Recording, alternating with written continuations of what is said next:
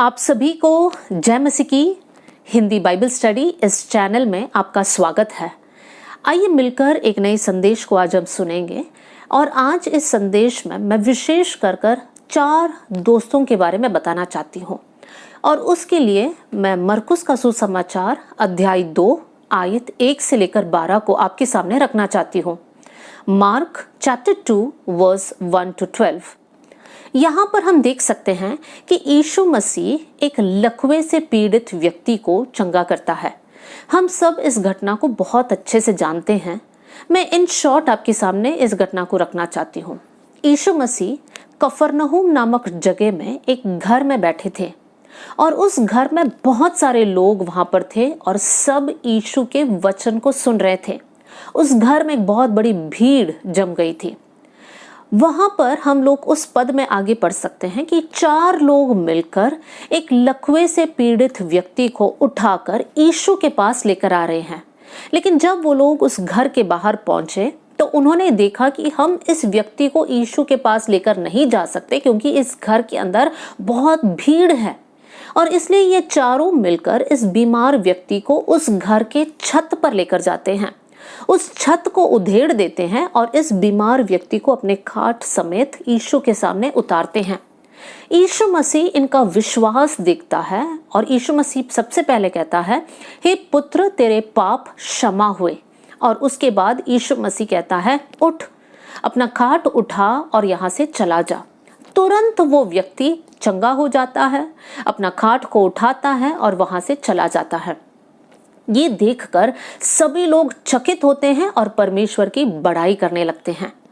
ये घटना हम सब जानते हैं, लेकिन आज यहाँ पर मैं 4 लोगों के बारे में कुछ बात बताना चाहती हूँ जिन्होंने मिलकर इस बीमार व्यक्ति को यीशु के पास लेकर आए।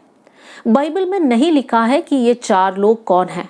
हो सकता है वो लोग परिवार के लोग हैं, रिश्तेदार हैं, समाज के लोग हैं।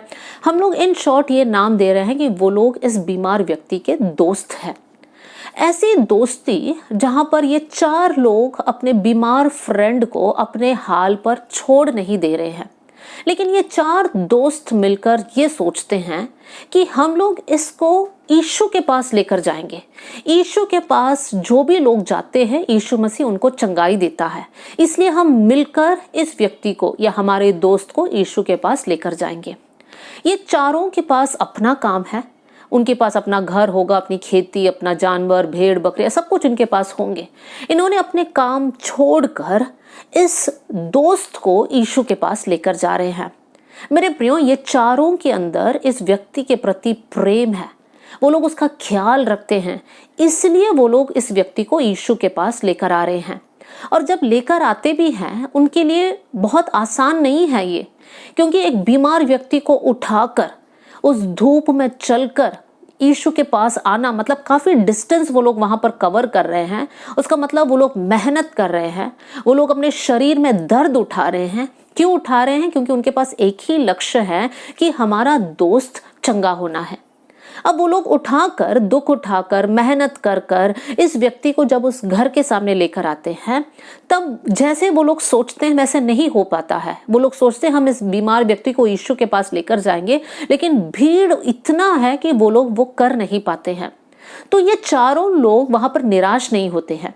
वो लोग एक उपाय निकालते हैं। वो लोग कहते हैं कि चलो हम लोग छत के ऊपर जाते हैं और अपने दोस्त को धीरे धीरे यीशु के सामने उतारेंगे।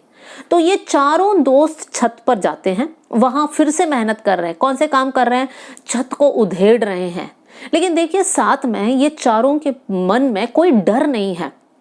वो लोग एक रिस्क को उठा रहे हैं। क्या है वो रिस्क? वो किसी और के घर को तोड़ रहे हैं, नुकसान पहुंचा रहे हैं। उनको ये डर उनके अंदर आना चाहिए कि ये मालिक आकर हम पर चिल्लाएगा या हमसे इसकी भरपाई लेगा, लेकिन ये लोग इस विचार नहीं कर रहे हैं। उनके अंदर एक ही विचार है कि हमारे दोस्त को किसी न किसी तरह से यीशु के पास लेकर आना है, और वो लोग वही करते हैं। मेरे प्रियो, इन दोस्तों के मेहनत के कारण यीशु मसीह के पास ये बीमार व्यक्ति पहुंचता है और यीशु मसीह आत्मिक चंगाई भी देता है और शारीरिक चंगाई भी देता है। आत्मिक चंगाई इसलिए क्योंकि यीशु मसीह कहता है तेरे पाप क्षमा हुए, वो व्यक्ति उद्धार पाता है। दूसरी बात, यीशु मसीह उसको शारीरिक चंगाई देता है। तो यहाँ पर 4 दोस्तों के कारण अपना एक दोस्त, मतलब इन लोग 5 लोगों का एक झुंड है जो दूर से यीशु के पास आ रहे हैं, तो 4 दोस्त मिलकर ये 5वां व्यक्ति को यीशु के पास लेकर आते हैं, जिसके द्वारा ये व्यक्ति उद्धार पाता है और शरीर में चंगाई को प्राप्त करता है। मेरे प्रियो, ये हुई एक घटना। मैं एक और घटना को आपके सामने रखना चाहती हूँ, जो है प्रेरितों की किताब अध्याय 3 से।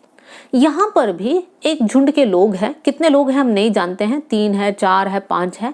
ये लोग मिलकर एक लंगड़ा व्यक्ति को उठाकर मंदिर के फाटक के सामने बिठाते हैं और वो लोग चले जाते हैं। और ये हर दिन का काम है। और वो लोग इस लंगड़े व्यक्ति को क्यों यहाँ पर बिठा रहे हैं? ताकि वो भीख मांगे।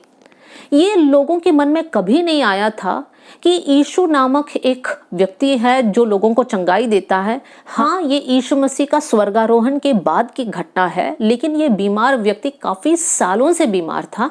लेकिन ये लोगों ने कभी नहीं सोचा कि हम यीशु के पास लेकर जाएंगे या चेलों के पास लेकर जाएंगे। ये दोस्तों का यही मकसद है कि ये बैठकर भीख मांगे और जो पैसा मिले, हो सकता है वो लोग सब मिलजुल कर वो पैसों को ले रहे होंगे। तो यहाँ पर 2 ग्रुप के लोग हैं, 2 प्रकार के दोस्त को हम यहाँ पर देख सकते हैं। यहाँ पर 4 दोस्त जो अपना दोस्त 5वां दोस्त को यीशु के पास ला रहे हैं, लेकिन यहाँ पर कुछ दोस्त जो अपना एक लंगड़ा दोस्त को मंदिर के सामने भीख मांगने के लिए बिठा रहे हैं। मेरे प्रियो, मैं इसलिए ये दोनों झुंड को आपके सामने रखना चाहती हूँ क्योंकि आप अपने जीवन को जांचिए। आपके पास भी बहुत सारे दोस्त होंगे। आप किस प्रकार की दोस्ती को निभा रहे हैं? आपने यीशु को जाना, पहचाना, विश्वास किया, आप आत्मिक जीवन में आगे बढ़ रहे हैं, लेकिन आप अपने दोस्तों के साथ किस प्रकार का व्यवहार कर रहे हैं? क्या आप अपने दूसरे दोस्तों को यीशु के पास लेकर आ रहे हैं?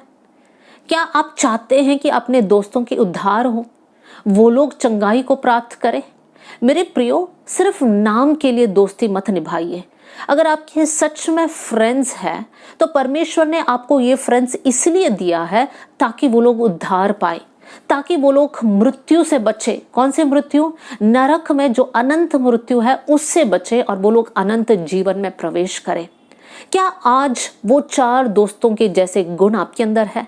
क्या आप अपने दोस्तों के प्रति प्रेम और ख्याल को रखते हैं? क्या आप उनके लिए अपना कुछ समय को निकाल कर उनको यीशु के बारे में बताते हैं? यीशु कौन है? यीशु अनंत जीवन कैसा देता है? यीशु उस क्रूस पर हमारे लिए क्यों मरा? ये सारी बातें क्या आप अपने दोस्तों के साथ शेयर करते हैं? मेरे प्रियो, हमारी दोस्ती स्वार्थ के लिए नहीं होना चाहिए। हम लोग हमारी दोस्ती को दिल से निभाए।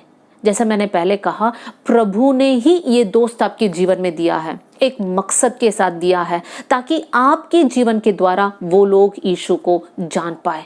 मेरे प्रियो, ये लंगड़ा व्यक्ति के दोस्तों के जैसे नहीं बनना कि सिर्फ काम के लिए हम दोस्ती निभाएं, बाकी हम लोग पूरे बुरे मार्ग में चले या फिर गलत काम करें। आप हो सकता है अपने दोस्तों के साथ जो है मिलकर आप स्मोक कर रहे हैं, ड्रिंक कर रहे हैं, आप सब बुरे काम कर रहे हैं और फिर संडे संडे आप आराधना में आते होंगे। मेरे प्रियो, आप सही ट्रैक में नहीं है। जरूरी है कि आप प्रभु के पास आए और उसके बाद आप अपने दोस्तों को प्रभु के पास लेकर आए। एक आयत को मैं आपके सामने रखना चाहती हूँ और वो है नीति वचन अध्याय 27 आयत 17, प्रोवर्ब्स 27 वर्स 17। यहाँ पर इस प्रकार लिखा है, जैसे लोहा लोहे को चमका देता है, वैसे ही मनुष्य का मुख अपने मित्र की संगति से चमकदार हो जाता है। एक और बार उस आयत को मैं पढ़ना चाहती हूँ, जैसे लोहा लोहे को चमका देता है, वैसे ही मनुष्य का मुख अपने दोस्तों की संगति से चमकदार हो जाता है। मेरे प्रियो, आप किसके साथ संगति कर रहे हैं? कौन है आपके दोस्त? अगर बुरे दोस्त हैं तो आप उनको यीशु के पास लाइए। अगर अच्छे दोस्त हैं तो आप एक दूसरे के संगति में रहते हुए और भी विश्वास में आगे बढ़ेंगे और भी आप प्रभु के प्रति समर्पित रहेंगे। और 4 दोस्त है जो बाइबल में लिखा है, और हम वो दानियल की किताब में पढ़ सकते हैं।